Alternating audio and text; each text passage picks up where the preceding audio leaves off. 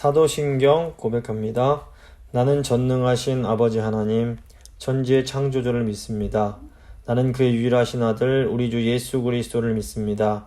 그는 성령으로 잉태되어 동정녀 마리아에게서 나시고 본디오 빌라도에게 고난을 받아 십자가에 못 박혀 죽으시고 장사된 지 사흘 만에 죽은 자 가운데서 다시 살아나셨으며 하늘에 오르시어 전능하신 아버지 하나님 우편에 앉아 계시다가 거기로부터 살아있는 자와 죽은 자를 심판하러 오십니다.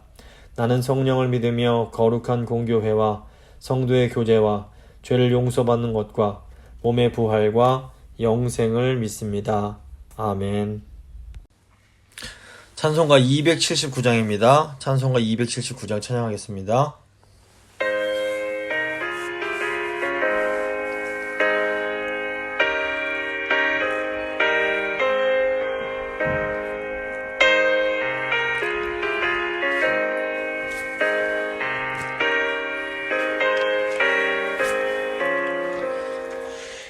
인내하신 곳에 주여 내가 비오니 죄인오라 하실 때에 날 부르소서. 주여 주여 내가 비오니 죄인오라 하실 때에 날 부르소서. 협의하신 보좌 앞에 꿇어 엎드려 자복하고 회개하니 믿음 주소서. 주여 주여 내가 비오니 죄인오라 하실 때에 날 부르소서. 주의 공로 의지하여 주께 가오니 성한 마음을 고치시고 구원하소서. 주여 주여 내 말 들으사 죄인오라 하실 때에 날 부르소서. 만목 근원 우리 주여 위로하소서. 우리 주와 같으시니 어디 있을까. 주여 주여 내가 비오니 죄인오라 하실 때에 날 부르소서.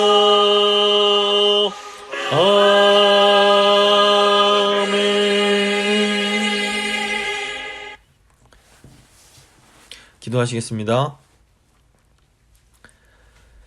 살아계신 하나님 아버지, 지금도 하나님께서 저희의 기도를 듣고 계시고 저희의 모든 상황을 지켜보고 계심을 저희가 믿습니다. 하나님, 이제 한 해가 거의 다 저물어 갑니다. 올 한 해 참 많고 힘든 일이 있었지만 또 하나님의 은혜 가운데 저희가 살았음을 고백합니다. 하나님, 이렇게 어렵고 힘든 시기일수록 다른 어떤 인간의 꾀나 인간의 지혜를 의지하는 것이 아니라 전능하신 우리 하나님만 의지하는 저희가 될 수 있도록 주여 저희를 붙들어 주시옵소서. 아멘. 하나님 앞으로 나아갑니다. 하나님 말씀의 자리로 나아옵니다. 주님, 저에게 말씀해 주시고 믿음의 눈으로 하나님의 말씀을 받게 하여 주시옵소서. 아멘. 이 시간 성령께서 저희 마음을 감동시켜 주시고 저에게 깨달음 주실 줄 믿고 기대하오며 귀하신 우리 주 예수 그리스도의 이름으로 기도드립니다. 아멘. 오늘 주신 하나님 말씀은 열왕기하 19장 1절과 2절 말씀입니다. 19장 열왕기하 19장 1절 2절 말씀 제가 읽어드리겠습니다. 히스기야 왕이 듣고 그 옷을 찢고 굵은 배를 두르고 여호와의 전에 들어가서 왕국의 책임자인 엘리야김과 서기관 셈나와 제사장 중 장로들에게 굵은 배를 둘러서 아모스의 아들 선지자 이사야에게로 보내매. 아멘. 오늘은 열왕기서 45강 열왕기하 19장 말씀 한번 같이 생각하고 기도하겠습니다.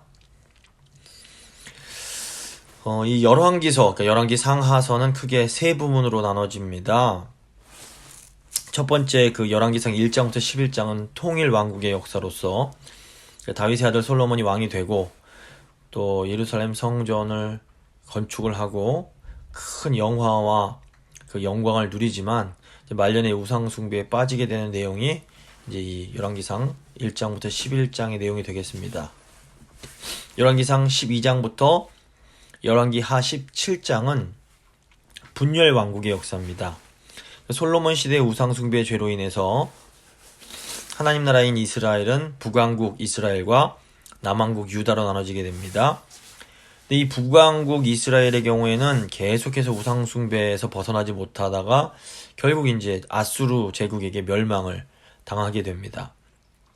하지만 다윗 왕조의 후손들, 다윗의 후손인 다윗 왕조가 다스리는 이 남유다는 하나님께서 다윗과 맺으신 그 언약으로 인해서 하나님의 은혜로 이제 살아남을 수 있게 됩니다. 이제 열왕기하 18장부터 25장까지는 멸망하지 않고 남아있는 이 남유다 왕국의 역사입니다.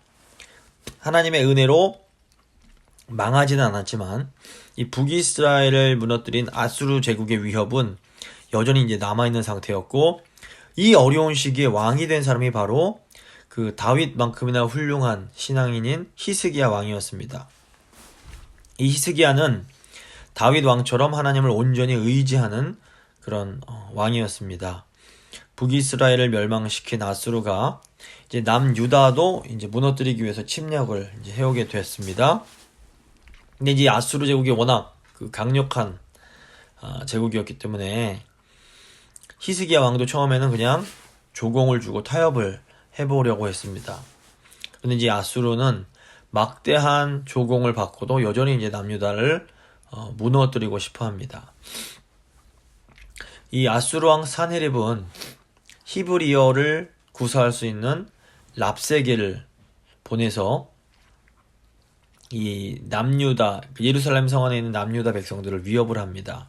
이 랍사게는 남유다 백성들을 향해서 여호와 하나님이 우리를 구원해 주실 거다라고 말하는 이 히스기야 왕의 말에 속지 말라, 이렇게 말을 하면서 여호와 하나님도 이 강력한 아수르 왕을 막지는 못할 거다, 못한다, 이렇게 큰 소리를 치게 됩니다. 이 위기의 상황에서 히스기야 왕은 하나님 앞에 나아가서 기도하며 하나님을 의지합니다. 이제 오늘 본문 보시면 밝혀지겠지만 우리 힘으로 더 이상 아무것도 할 수 없는 위기의 상황, 이 절망의 상황에 하나님을 의지하는 것만큼 좋은 방법은 없습니다.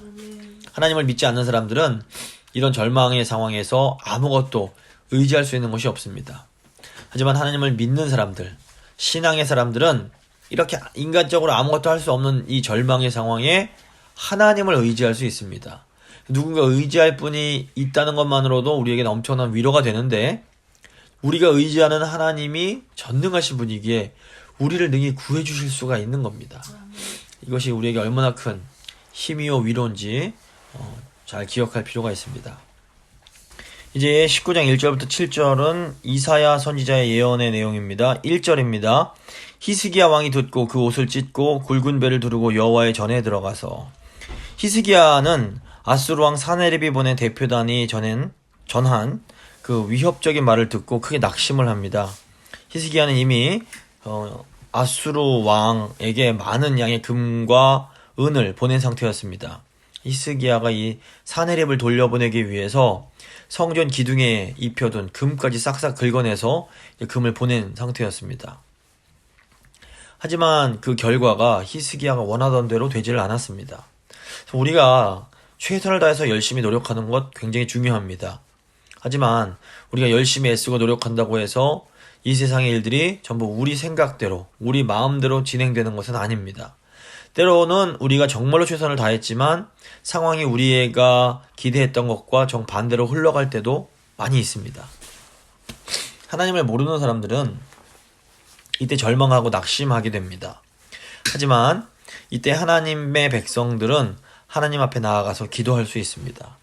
히스기야가 지금 이제 자기의 옷을 찢고 굵은 배를 두르고 여호와의 전으로 들어가는데, 이것은 이제 죽음과 재앙으로 생기는 극한 슬픔을 표현하는 행위라고 볼 수 있습니다. 히스기야는 현재 벌어지고 있는 상황, 특별히 이 아수르 사람들이 여호와 하나님을 모욕한 것에 대해서 하나님께 다 아뢰고 기도를 했을 겁니다. 이 산헤립의 부하인 랍사게는 이 아수르 왕을 대왕이라고 부르면서 굉장히 오만한 태도를 보입니다. 하지만 성전에 거하시는 하나님이야말로 우주와 세상의 모든 일을 다스리시는 참된 그 대왕이십니다. 예루살렘에 세워진 성전은 이 왕이 거하시는 왕궁과 같습니다. 히스기야가 이 크신 왕을 아련하기 위해서 여호와의 전으로 들어가서 간절히 이제 울면서 기도를 하는 겁니다.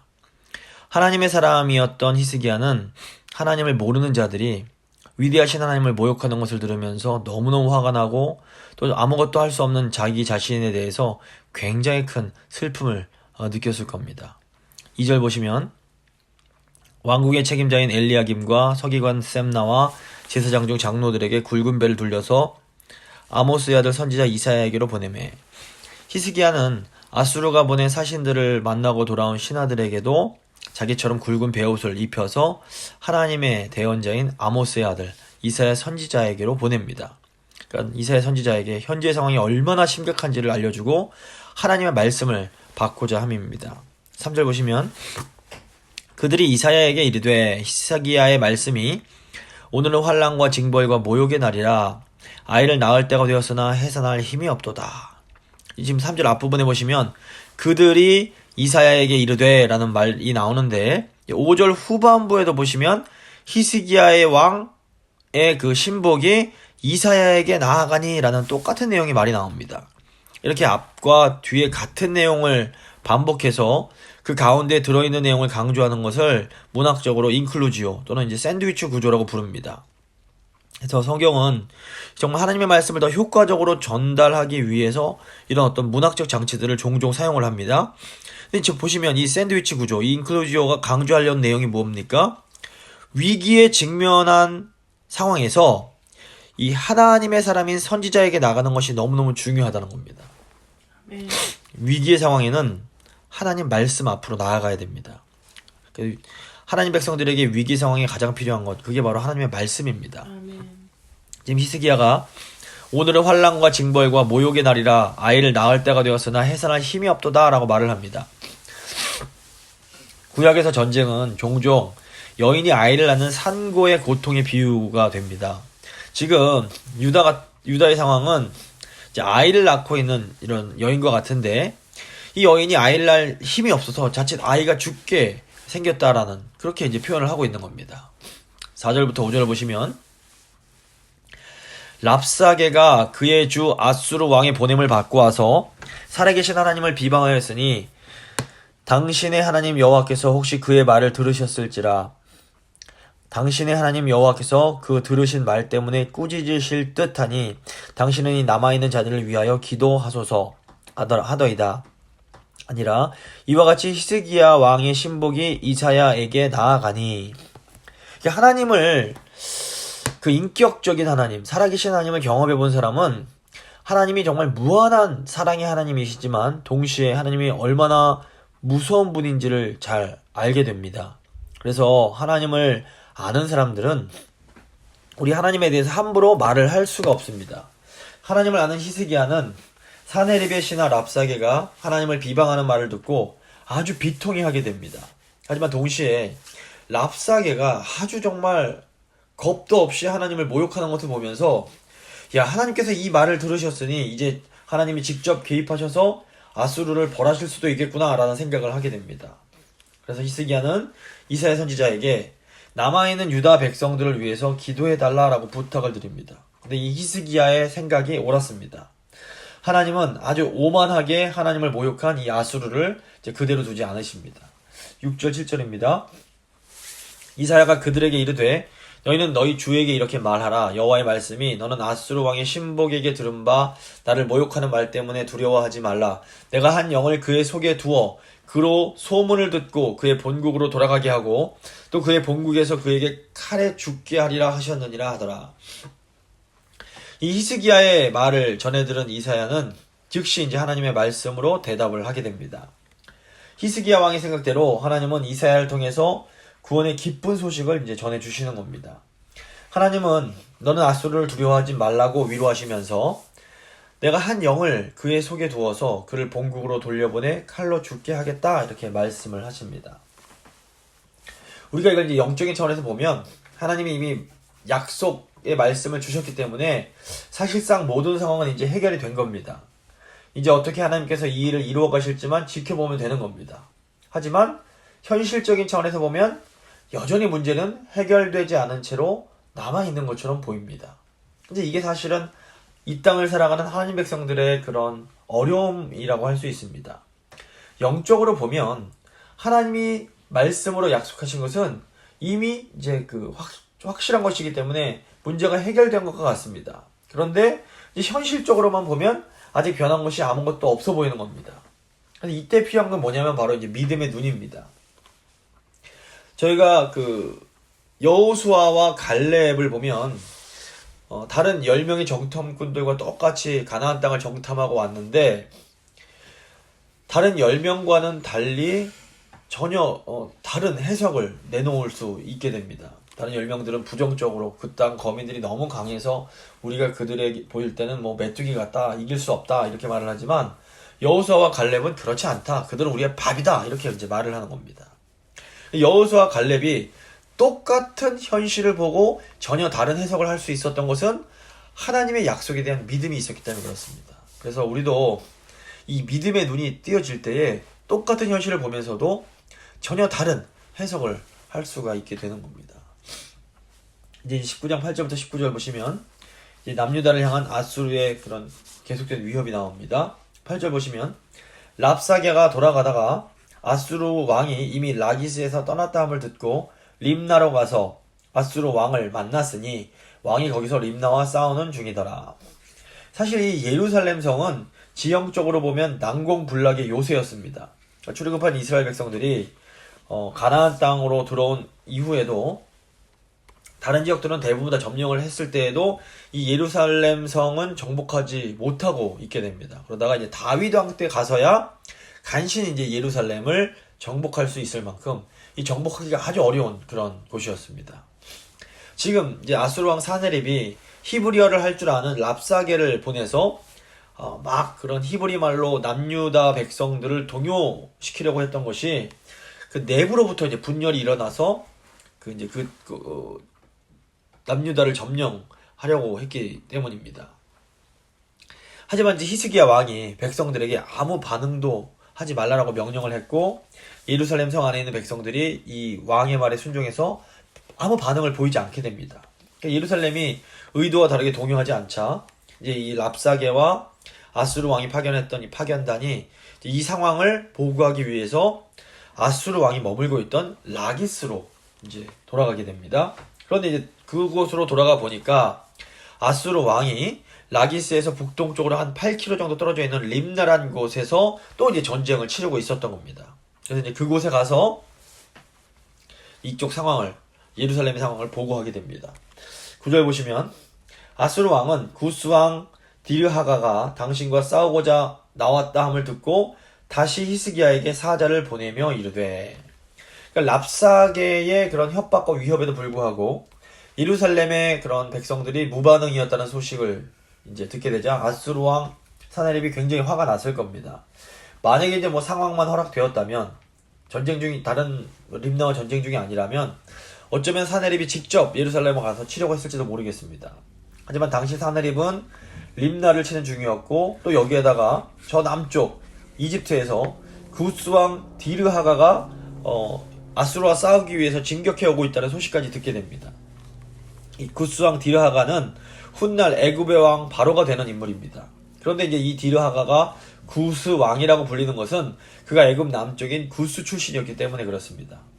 어쨌건 사네립은 결국 이 애굽 군대와 또 상대를 하기 위해서 에그론 근처에 그 블레셋 도시 엘테카란 곳으로 이제 이동을 해야만 했고, 결국 이제 그 히스기야에게는 다시 한번 빨리 항복하는 게 좋을 거다라는 이런 서신을 보내야만 했습니다. 이런 이제 복잡한 국제적 상황이 있는데, 이 상황의 뒤에서 지금 하나님께서 역사하고 계신다는 것을 이제 우리는 알 수가 있습니다. 지금도 뭐 뉴스를 보면 뭐 정치, 경제, 사회적 상황이 아주 복잡하게 돌아가고 있습니다. 우리는 이런 모든 복잡한 상황의 의미를 다 이해할 수는 없습니다. 하지만 이 모든 상황 뒤에서 하나님께서 역사하고 계심은 우리가 알고 있습니다. 아멘. 그렇기 때문에 우리가 취할 수 있는 가장 지혜로운 선택은 어떤 이런 어려운 상황들 속에서 인간적인 지혜로 행동하기보다는 모든 것을 아시고 모든 것을 주관하고 계신 하나님을 온전히 의지하는 겁니다. 이게 지혜로운 하나님 백성들의 선택이 되어야 됩니다. 10절 보시면, 너희는 유다의 왕 히스기야에게 이같이 말하여 이르기를, 내가 믿는 내 하나님이 예루살렘을 아수르 왕의 손에 넘기지 아니하겠다 하는 말에 속지 말라. 이 사네립의 신하였던 랍사게는 유다 백성들을 향해서 하나님이 우리를 구원하실 거다라는 이 히스기야 왕의 말에 속지 말라, 이런 식으로 말을 했습니다. 그런데 지금 이제 아수르 왕 사네립은 여기서 한 발짝 더 나가서 유다 백성들을 향해서 너희를 구원하겠다는 이 하나님의 말에 속지 말라, 이렇게 말을 합니다. 그러니까 영적인 시각으로 보면 이 사네립의 말은 하늘을 끝까지 닫겠다고 바벨탑을 쌓았던 이런 사람들과 거의 마찬가지로 그 교만이 정말 극에 다다랐음을 알 수 있습니다. 이 교만한 자들의 마지막은 언제나 무서운 심판입니다. 11절부터 13절 말씀입니다. 아수르의 여러 왕이 여러 나라에 행한 바 진멸한 일을 내가 들었나니 내가 어찌 구원을 얻겠느냐. 내 조상들이 멸하신 여러 민족 곧 고산과 하란과 레셉과 들라살에 있는 에덴 족속을 그 나라들의 신들이 건졌느냐. 하맛 왕과 아르밧 왕과 스발 와임성의 왕과 헤나와 아와의 왕들이 다 어디 있느냐 하라 하니라. 이게 무슨 말인가 하면, 지금 사네립이 자기 조상 아수르 왕들이 여러 나라들을 멸망시켰지만 그 나라의 신들이 아무 일도 할 수 없었다는 겁니다. 그래서 사네립은 아수르의 신이 최고로 강한 신이었기에 어떤 신들도 아수르 군대를 당해낼 수 없었다, 이렇게 이제 생각을 하고 있는 겁니다. 아수르 왕들이 무너뜨린 이런 나라의 신들은 사실 헛된 우상들이었습니다. 하지만 지금 사네립이 이렇게 도발하고 상대하려고 하는 여호와 하나님은 우주를 창조하시고 다스리고 계시는 주권자이셨습니다. 아수르가 사실은 강해서 여러 나라들을 정복할 수 있었던 것도 여호와 하나님께서 그것을 허락하시고 주권하에 그렇게 하도록 이끄셨기 때문에 가능한 일이었습니다. 영적으로 무지한 사네립은 이 사실을 전혀 알지를 못했고 감히 여호와 하나님을 허탄한 우상들과 비교하면서 지금 하나님을 모욕하고 있는 겁니다. 결국 이 무지 때문에 사네립은 아주 비참한 심판을 받아 죽게 됩니다. 지금도 하나님이 어떤 분인지를 잘 모르는 사람들은 스스로 교만해져서 신이 어디 있냐고, 신이 뭘 할 수 있겠냐고, 이런 식으로 하나님을 조롱하는 경우를 보게 됩니다. 하지만 이것은 그 결과가 얼마나 끔찍한지를 모르기 때문에 하는 아주 어리석은 행동입니다. 하나님은 무한히 사랑이 많은 분이시지만 동시에 우리가 정말 덜덜 떨면서 경외해야 할 아주 거룩한 분이심을 우리는 항상 잊지 말아야 합니다. 아멘. 14절 15절입니다. 히스기야가 사자의 손에서 편지를 받아보고 여호와의 성전에 올라가서 히스기야가 그 편지를 여호와 앞에 펴놓고 그 앞에서 히스기야가 기도하여 이르되, 그룹들 위에 계신 이스라엘의 하나님 여호와여, 주는 천하만국의 홀로 하나님이시라. 주께서 천지를 만드셨나이다. 히스기야는 사네립이 보낸 편지를 들고 성전으로 올라가서 그 편지를 하나님 앞에 펴놓고 기도를 드립니다. 히스기야는 먼저 여호와 하나님이 천지를 창조하신 창조주라는 것을 고백합니다. 히스기야는 전능하신 하나님을 믿고 의지하는 믿음의 사람이었습니다. 이 하나님의 이 전능하심을 믿는 사람은 이런 위기의 순간에 기도할 수 있습니다. 아멘. 16절부터 18절을 보시면, 여호와여 귀를 기울여 들으소서. 여호와여 눈을 떠서 보시옵소서. 사내립이 살아계신 하나님을 비방하러 보낸 말을 들으시옵소서. 여호와여 아수르 여러 왕이 과연 여러 민족과 그들의 땅을 황폐하게 하고 또 그들의 신을 불에 던졌사오나 이는 그들이 신이 아니요 사람의 손으로 만든 것 곧 나무와 돌뿐이므로 멸하였나이다.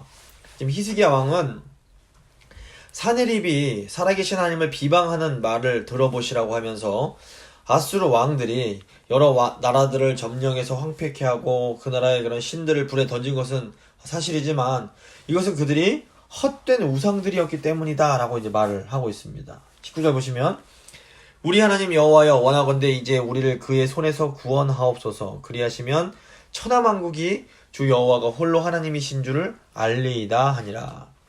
지금 히스기야가 하나님께 구원해달라고 기도를 드립니다. 근데 놀라운 것은 히스기야가 이 구원을 통해서 열방이, 그러니까 천하만국이 하나님을 하나님으로 알게 될 거다라고 이렇게 고백을 이제 하는 겁니다. 그러니까 히스기야는 열방의 여호와 하나님을 전하는 것이 이스라엘의 사명이라는 것을 알고 있었던 왕입니다. 하나님께서 이스라엘을 선택하시고 먼저 이렇게 불러주신 것은 열방이 하나님을 알리고 하나님께로 돌아와서 하나님이 주시는 복을 회복하게 하시기 위함이었습니다. 그래서 그 이스라엘은 제사장 나라, 거룩한 나라로서 제사장 나라의 역할을 했어야 했던 겁니다.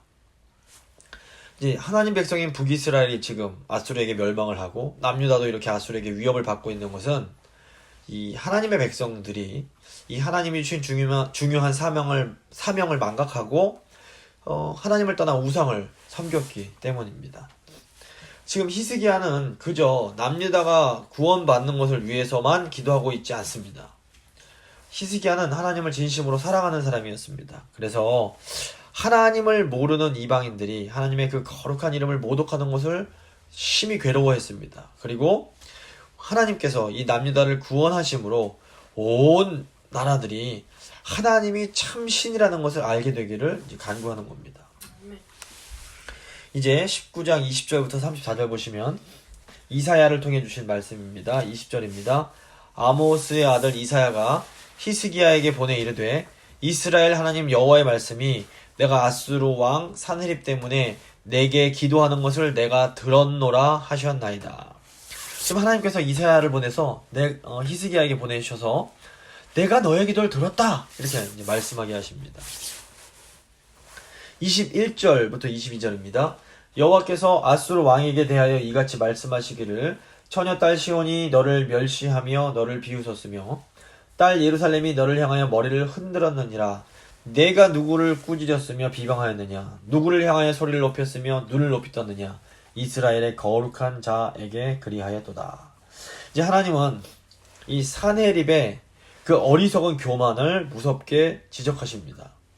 사네립은 시온과 예루살렘을 각각 처녀딸과 딸에 비유하시면서 이 딸들이 아수르 왕을 비웃고 그를 향해서 머리를 흔들었다 이렇게 말씀을 하십니다.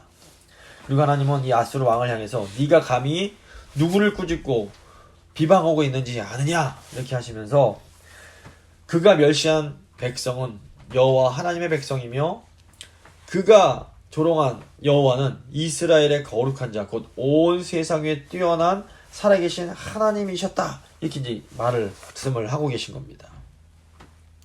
23절 24절입니다. 내가 사자들을 통하여 주를 비방하여 이르기를 내가 많은 병거를 거느리고 여러 산 꼭대기에 올라가며 레바논 깊은 곳에 이르러 높은 백향목과 아름다운 잣나무를 베고 내가 그 가장 먼 곳에 들어가며 그의 동선의 무성한 숲풀에 이르리라. 내가 땅을 파서 이방의 물을 마셨고 나의 발바닥으로 애굽의 모든 강들을 말렸노라 하였도다. 저희가 흔히 하는 말 중에 무식하면 용감하다는 말이 있습니다. 이 사네립이 이 경우에 해당합니다. 사네립은 마치 자기가 어떤 신이라 된 양 아주 그냥 그 자기의 힘으로 자기의 능력으로 세상의 여러 나라들을 정복한 것처럼 지금 자랑을 하고 있습니다. 근데 이것은 사네립이 그가 얼마나 무지한 자인지를 보여주는 말이라고 할 수 있습니다. 사네립이 이렇게 많은 나라들을 정복할 수 있었던 것은 하나님께서 그것을 계획하셨기 때문이었습니다. 25절, 26절입니다. 내가 듣지 못하였느냐? 이 일은 내가 태초부터 행하였고 옛날부터 정한 바라. 이제 내가 이루어 너로 견고한 성들을 멸하여 무너진 돌무더기가 되게 함이니라. 그러므로 거기에 거주하는 백성의 힘이 약하여 두려워하며 놀라나니 그들은 들의 채소와 푸른 풀과 지붕의 잡초와 자라기 전에 시든 곡초같이 되었느니라. 하나님은 사내립에 향한 모든 것이 하나님께서 하게 하신 것이라는 것을 말씀하시면서 사내립의 그 교만한 그런 말과 교만한 생각에 대한 그 끔찍한 결과를 알려주십니다. 27절, 28절입니다. 내 거처와 내 출입과 내가 내게 향한 분노를 내가 다 아노니 내가 내게 향한 분노와 내 교만한 말이 내 귀에 들렸도다. 그러므로 내가 갈고리를 내 코에 꿰고 재갈을 내 입에 물려 너를 오던 길로 끌어 돌이키리라 하셨나이다. 하나님께서는 그 사내립에 행한 일을 다 알고 계시며 그가 한 말을 다 들으셨다라고 말씀하십니다. 그래서 하나님은 모든 인간의 행위를 보고 계시고 모든 인간의 말을 듣고 계십니다. 사내립은 모든 것을 보고 계시고 모든 말을 듣고 계시는 하나님께 절대로 해서는 안 된 말을 하고 해서는 안 되는 행동을 행했던 겁니다. 결국 하나님께서는 그를 갈고리를 코에 꿰고 재갈을 입에 물려서 마치 도살장으로 끌려가는 송아지처럼 되게 만들겠다 이렇게 이제 말씀을 하십니다. 교만한 사내립의 모습은 오늘날 세상에서 어떤 굉장히 큰 돈과 큰 권세를 가진 사람들의 모습을 생각나게 합니다. 사람이 어떤 굉장한 그 권력의 자리, 굉장한 물질의 자리에 올라가면 마치 자신이 세상을 다 가진 것과 같은 착각에 빠질 수가 있습니다. 이때 자칫 잘못하면 사내립처럼 교만해져서 절대로 피조물로서는 해서는 안 될 말과 해서는 안 되는 행동을 이제 할 수가 있게 되는 겁니다. 근데 이런 교만한 행동은 마치 축구 선수가 기고만장해서 자기 골대에 자살골을 넣는 것과 같은 그런 행동입니다. 이렇게 하나님을 향해서 함부로 이렇게 방지하게 행동하는 것은 결국 심판을 부르는 행동인 겁니다. 이런 사람은 결국에는 끔찍한 최후를 맞이하게 되는 겁니다. 29절입니다. 또 내게 보일 징조가 이러하니 너희가 금년에는 스스로 자라난 것을 먹고 내년에는 그것에서 난 것을 먹되 제3년에는 심고 거두며 포도원을 심고 그 열매를 먹으리라. 이제 하나님께서 남유다를 향해서 징조에 대해서 말씀하십니다. 이 징조는 어떤 초자연적인 그런 기적이 아니라 아주 자연적인 현상으로 지금부터 2년간은 전쟁 때문에 경작이 불가능하겠지만 3년째 되는 해부터는 정상적인 경작이 가능해지게 될 거다라는 그런 말씀이었습니다. 이것이 징조인 것은 하나님께서 자기 백성들을 돌보고 계심을 보여주기 때문에 그렇습니다. 보통 사람들은 어떤 굉장히 신기해 보이는 그런 기적을 좋아합니다. 하지만 꼭 기적적이고 어떤 신기한 일만이 하나님의 징조가 되는 것은 아닙니다. 우리 일상에서 하나님께서 우리를 돌보고 계심을 느낄 수 있다면 그것이 하나님이 우리에게 주신 아주 중요한 징조일 수 있습니다.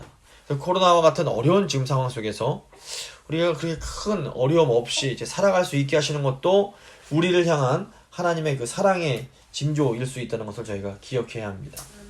30절 31절입니다.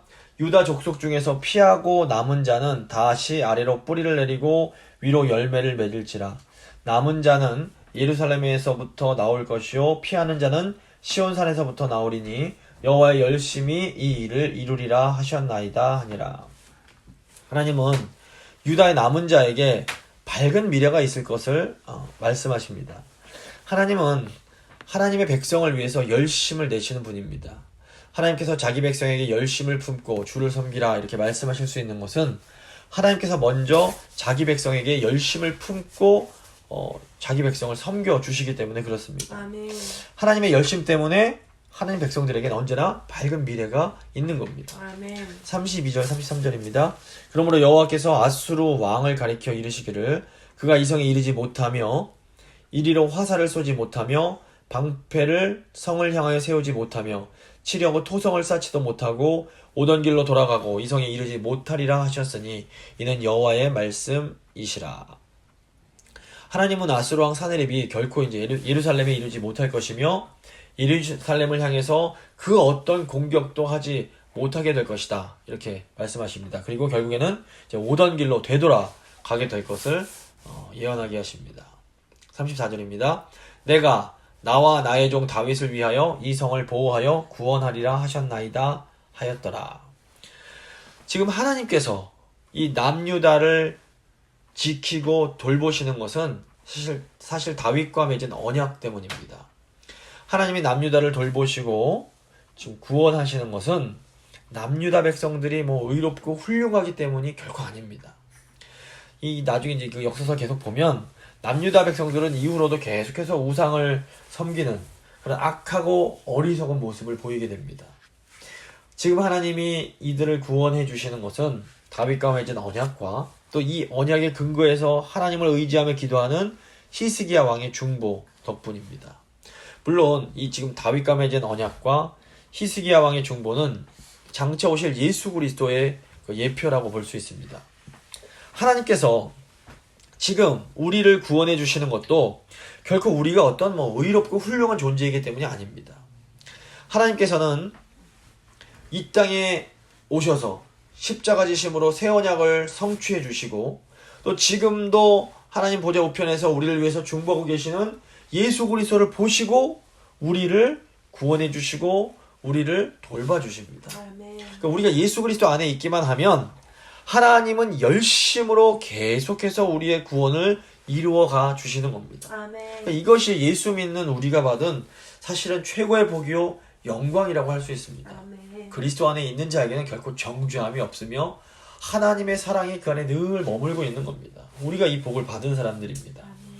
이제 마지막으로 그 35절부터 37절 보시면 이 아수르 왕 사네립의 죽음에 대한 내용이 나옵니다. 35절입니다. 이 밤에 여호와의 사자가 나와서 아수르 진영에서 군사 18만 5천 명을 친지라 아침에 일찍이 일어나 보니 다 송장이 되었더라. 이사야 선지자가 히스기야에게 하나님의 말씀을 전하던 날 밤에 아수르 진영에서 하나님의 심판이 이루어지게 됩니다. 여호와의 사자가 그 밤에 아수르 군사 18만 5천 명을 죽입니다. 근데 이제 역사적으로 보면 아수르 왕 사네립이 남긴 비문에는 이 일이 기록되어 있지 않습니다. 아마도 이제 사네립은 다른 고대 왕들처럼 자기가 잘하고 승리한 것들에 대해서는 자랑하려고 기록을 하고 패배하고 안 된 일들에 대해서는 기록하지 이제 않았던 것 같습니다. 그런데 이제 고대 그리스 역사가 헤로도토스가 쓴 이 역사라는 책이 있는데 이 책을 보면 사네립이 받은 재앙을 암시하는 내용이 기록되어 있습니다. 이 기록에 따르면 이제 사네립의 군대가 이제 그 이집트와 싸우기 위해서 내려왔던 어느 날 밤에 난데없이 쥐떼가 나타나서 아수르 군대의 무기들을 모두 못쓰게 만들어서 아수르 군대가 대패를 한 그런 내용이 기록되어 있습니다. 근데 이 기록이 이제 오늘 본문 말씀에 나오는 그 재앙인지 어떤지 확실치는 않습니다. 하지만 사네립 군대에게 어떤 일이 일어나서 이 사네립이 다시 아수르로 돌아가게 된 것은 이제 분명한 역사적 사실입니다. 36절 37절입니다. 아수르 왕 사네립이 떠나 돌아가서 니느웨에 거주하더니 그가 그의 신 니스록의 신전에서 경배할 때에 아드람멜렉과 사레셀이 그를 칼로 쳐 죽이고 아라랏 땅으로 그들이 도망하매 그 아들 에살하돈이 대신하여 왕이 되니라. 아수르로 돌아간 사네립은 이제 자기가 섬기던 신인 니스록의 신전에서 경배를 했는데 이때 암살을 당해서 죽임을 당하게 됩니다. 사네립이 이 암살당해서 죽은 해가 이제 주전 681년으로 이사야서를 보면 이 사네립을 죽인 아드람멜렉과 사레셀이 사실 사네립의 아들들이었음을 알 수가 있습니다. 이사야 37장 38절입니다. 자기 신 니스록의 신전에서 경배할 때에 그의 아들 아드람멜렉과 사레셀이 그를 칼로 죽이고 아라랏 땅으로 도망하였으므로 그의 아들 에살하돈이 이어 왕이 되니라. 교만하게 하나님을 조롱했던 사네립은 결국 자기 아들들에게 죽임을 당하는 아주 비극적인 죽음을 당하게 됩니다. 그러니까 사네립의 죽음으로 이사야 선지자를 통해서 해주신 그 하나님의 말씀이 말 그대로 이제 성취가 되게 된 겁니다. 오늘 말씀 한번 마무리 져보겠습니다. 히스기야 왕은 큰 위기의 상황에서 하나님 앞으로 나아가 기도를 합니다. 하나님 백성에게는 이 위기와 절망의 순간 의지할 수 있는 하나님이 계십니다. 그래서 히스기야는 이 어려움의 순간 하나님을 의지하며 기도합니다. 또 히스기야는 이 어려움의 순간 하나님의 사람 선지자에게로 나아갑니다. 어려운 순간 우리에게 가장 중요한 것이 하나님의 말씀을 듣는 겁니다. 하나님께서 말씀해 주시면 사실 모든 문제는 해결이 됩니다. 우리는 하나님 말씀이 이루어지기까지 믿음으로 기다리기만 하면 됩니다. 그렇기 때문에 우리에게 이 믿음의 이제 눈이 열리는 것이 참 중요합니다. 하나님을 모르는 사람들이 이제 무지한 가운데 하나님과 하나님 백성들을 조롱하는 경우가 있습니다. 이제 이 아수르 왕 사네립이 대표적인 그 경우라고 할 수 있는데, 근데 이것은 정말로 너무너무 무서운 일입니다. 무지한 가운데 하나님을 대항하는 사람은 결국 아주 끔찍한 최후를 맞을 수밖에 없게 되는 겁니다. 그래서 사도 바울은 왕들과 높은 지위에 있는 모든 사람을 위해서 기도하라 이렇게 디모데에게 말을 합니다.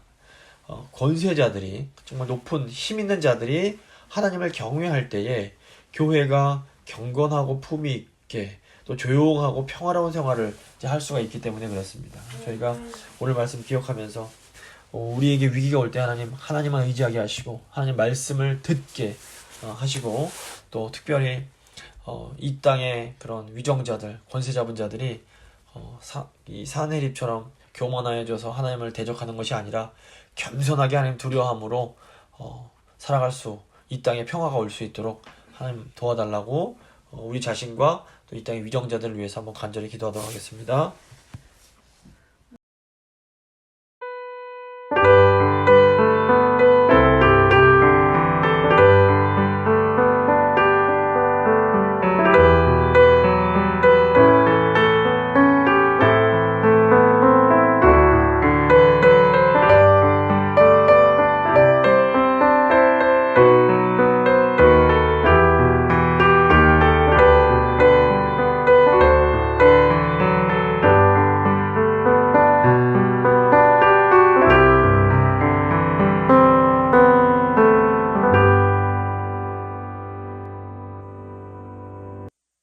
기도하겠습니다.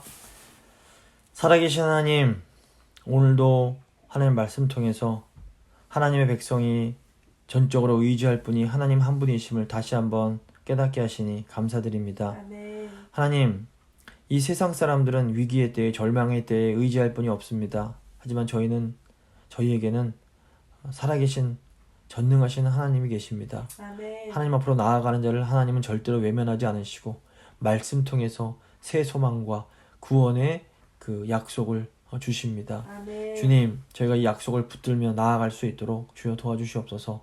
상황이 어렵지만 주님, 믿음의 눈을 뜸으로 이 현실 뒤에서 우리의 구원을 위하여 일하고 계신 그 하나님의 열심을 보게 하시고 아멘. 그로 인해 저희가 새 힘을 얻고 정말 믿음으로 인내로 나아갈 수 있도록 주여 도와주시옵소서. 아멘. 하나님, 이 땅의 위정자들을 위해서 기도합니다.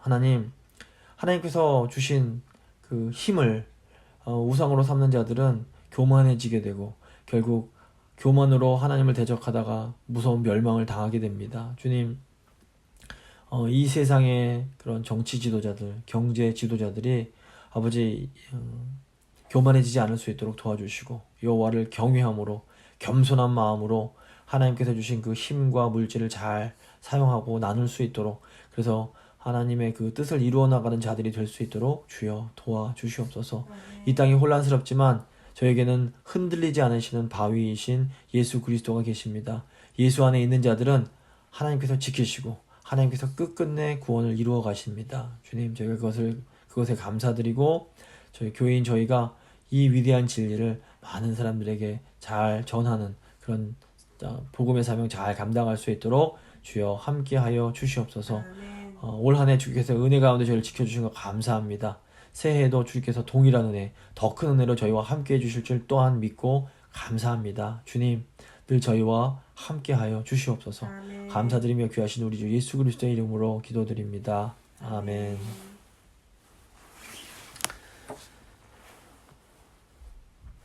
찬송가 357장입니다. 찬송가 357장 찬양하겠습니다. 찬송가 357장입니다. 찬송가 357장 찬양하겠습니다.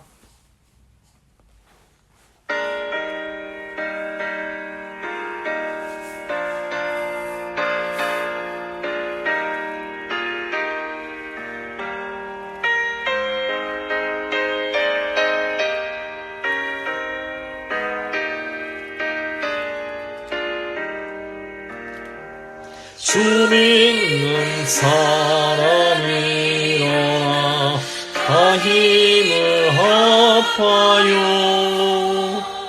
이 세상 모든 마귀를 다쳐서 멸하세 저 앞에 오는 적군을 다 싸워 이겨라 주 예수 믿는 힘으로 온 세상 이기네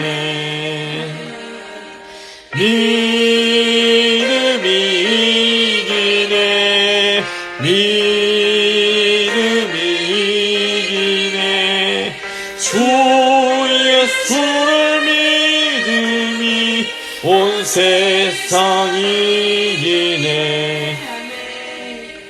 온 인류 마귀 괴휼로 큰 죄에 빠지니 진리로 띠를 띠고서 늘 기도 드리세 참 믿고 의지하면서 겁없이 나갈 때 주 예수 믿는 힘으로 온 세상 이기네 믿음이 이기네 믿음이 이기네 주 예수를 믿음이 온 세상 이기네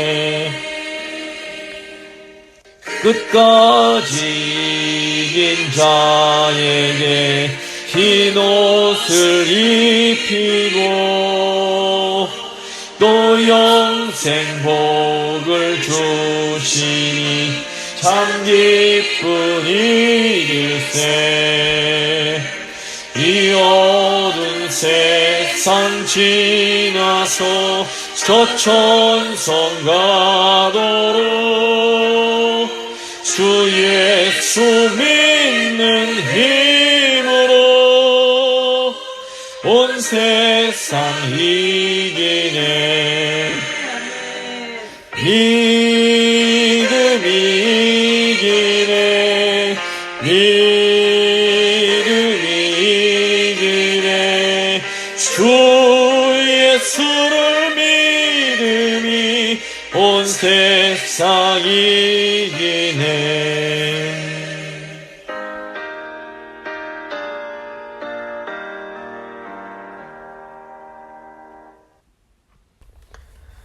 주님 가르쳐 주신 기도로 예배 마치도록 하겠습니다.